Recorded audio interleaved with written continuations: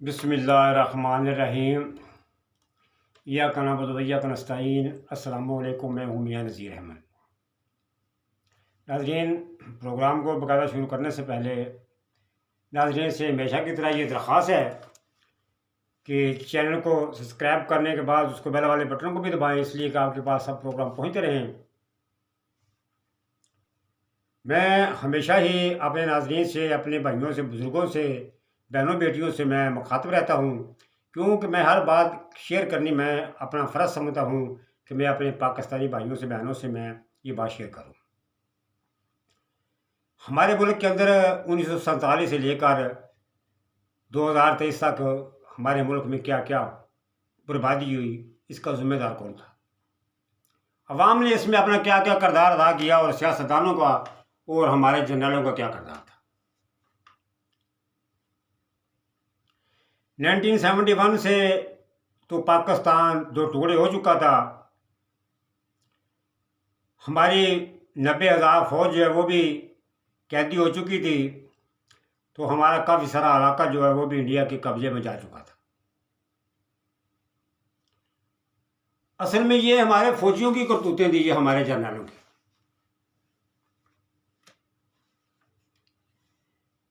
ना मोहतरम, फिर जुल्फ़िकार भुट्टो 1971 जब गुजर जाता है तो हमारे जनाब जुल्फ़िकार भुट्टो पाकिस्तान की एक नए शुरू से नए तरीके से यानी कि उसे वो बुनियाद रखते हैं। जुल्फ़िकार भुट्टो वो बहादुर लीडर था जो गोरों की आंखों में आंखें डालकर बात करता था।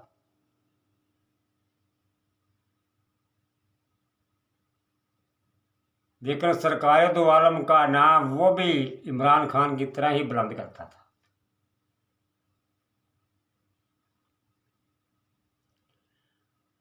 पाकिस्तानियों सुनो, जुल्फ़िकार भुट्टो ने आपको 73 का आइन दिया जिसके ऊपर आप मुल्क का निज़ाम चला रहे हो। पाकिस्तान का पहला हमारा आइन था। जुल्फ़िकार भुट्टो ने आपको शनाख्त दी, करो पासपोर्ट की आपको शनाख्त दी, आपको कोई जानता नहीं था।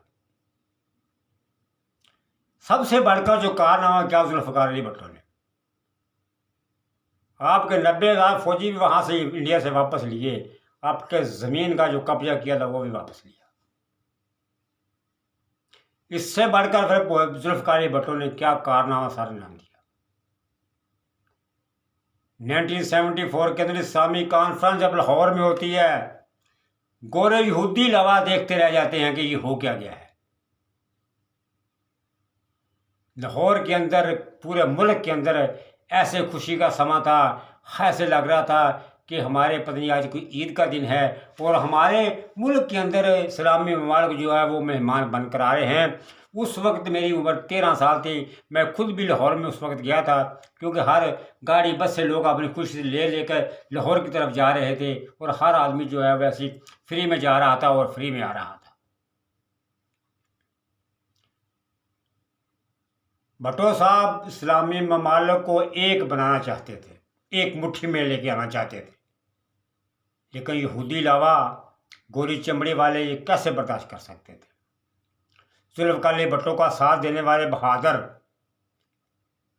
शाह फैसल, कर्नल कज़ाफ़ी, मोहम्मद सद्दाम, यासर अरफ़ात, लेकिन नहीं, यहूदियों की चाल शुरू से चलती आई है।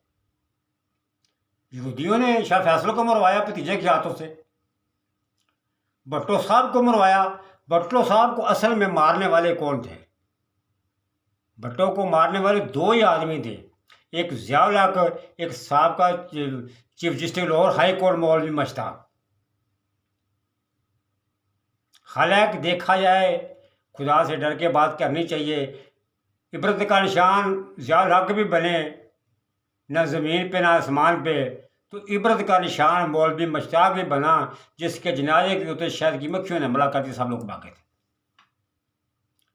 लेकिन अफसोस इस चीज़ का है, हम सबक नहीं सीखते, हम सब कुछ भूल जाते हैं। पाकिस्तानियों, अगर आप चाहते हो हम गुलामों की ज़िंदगी ना जिए, तो मैं जो कहना चाहता हूँ उसको समझ लो। हमारे मुल्क के अंदर किसी पुलिस वाले को बोलो ना, यार तुम ये क्या कर रहे हो, वो कहता है यार हमारी मजबूरी है, हमें ऊपर से आर्डर है। सबसे पहले पाकिस्तानियों मुझे ये बताओ, ऊपर से आर्डर देने वाला वो कौन है? कौन है वो माई का लाल जो यानी कि अवाम से ज़्यादा ताकतवर है? उस माई के लाल को इतना अक्ल शुगर नहीं है कि जब अवाम खड़ी हो जाती है तो पहाड़ से लोग टकरे मार मार कर रेजा रेजा हो जाते हैं, पहाड़ वहीं का वहीं रह जाता है। अभी हाल ही में इमरान रियाज के साथ क्या कुछ नहीं हुआ। अरशद शरीफ को कत्ल कर दिया गया, उसका कुछ पता नहीं है कि किसने कत्ल किया, कौन कत्ल करवाने वाला था। मुल्क को जो भी मिला हमें आज तक लूटने वाला मिला, चाहे वो मार्शल्ला की शक्ल में मिला, चाहे वो किसी सियासी लीडर की शक्ल में मिला, लेकिन पाकिस्तान को लूटने वाले मिले। पाकिस्तान को कुछ देने वाला कोई नहीं मिला। बटों के बाद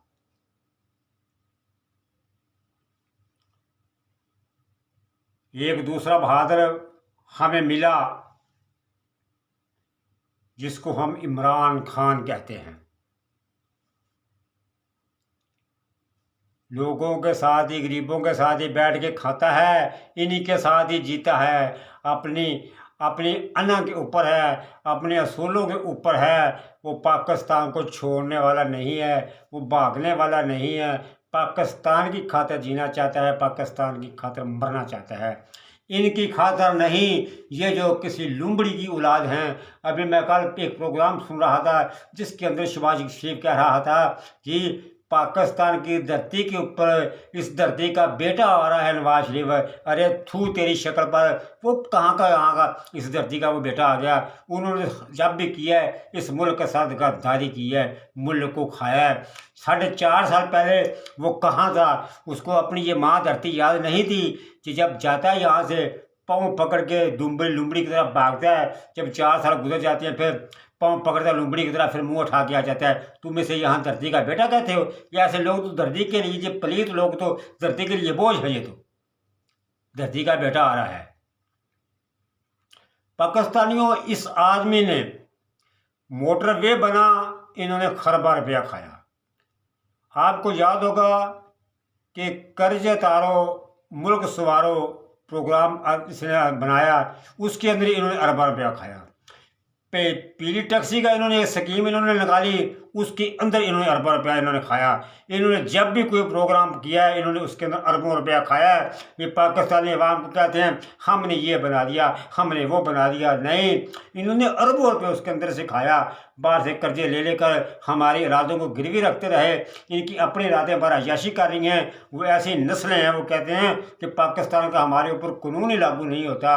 ये मरियम कभी कहती थी मेरी कोई जायदाद ही नहीं है, बाहर तो बाहर क्या मेरी पाकिस्तान में भी नहीं है। ये सब के सब कपड़े उतार के अब नंगे हो चुके हैं। पाकिस्तानियों, मुझे और ज़्यादा कुछ नहीं कहना, मैं जो कहना था मैंने कह चुका हूँ। अगर चाहते हो हम गुलामी की ज़िंदगी से आज़ाद हो जाएं, जिसको कैदी नंबर 804 कहते थे, उसको कैदी बनने का कोई शौक नहीं। मेरे लिए, आपके लिए, इनके लिए उसको कोई शौक नहीं था।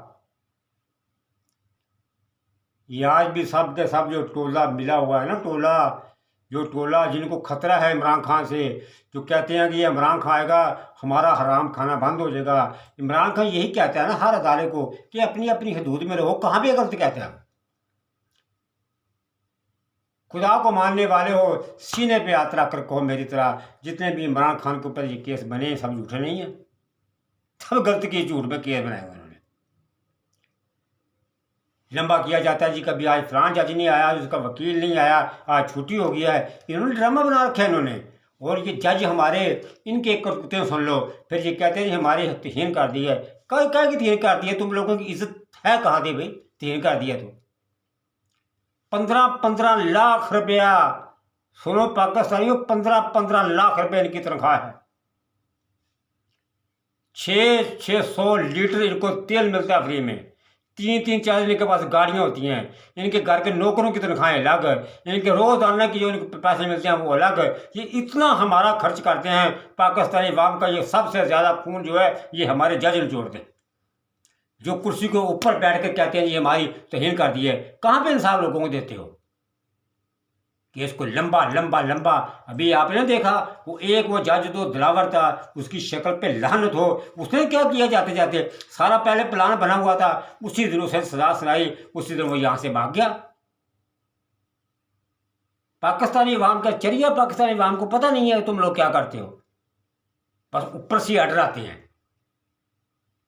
सब हम जानते हैं, हम इन अदालतों को नहीं जानते क्या? ये अदालतें हमारे से भूली हुई हैं? यही अदालतें फौजी डिक्टेटरों को कहती हैं अच्छा जो मर्जी कर ले आगे। इन्हीं अदालतों के से रातों रात डोगर कोर्ट भी तैयार हो जाती है। हम इन अदालतों को नहीं जानते, फिर ये कहते हैं जी हमारी तौहीन कर दी है।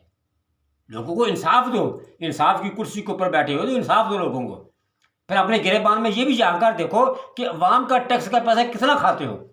सबसे ज़्यादा तनख्वाह तुम लोगों की है, सबसे ज़्यादा खर्चा आप लोगों ने। अगर और कोई दूसरा करता है वो तो बेईमानी से करता होगा। पाकिस्तानियों, मैं और कुछ नहीं कहना चाहता। अस्सलाम वालेकुम वरहमतुल्लाहि वबरकातुहू।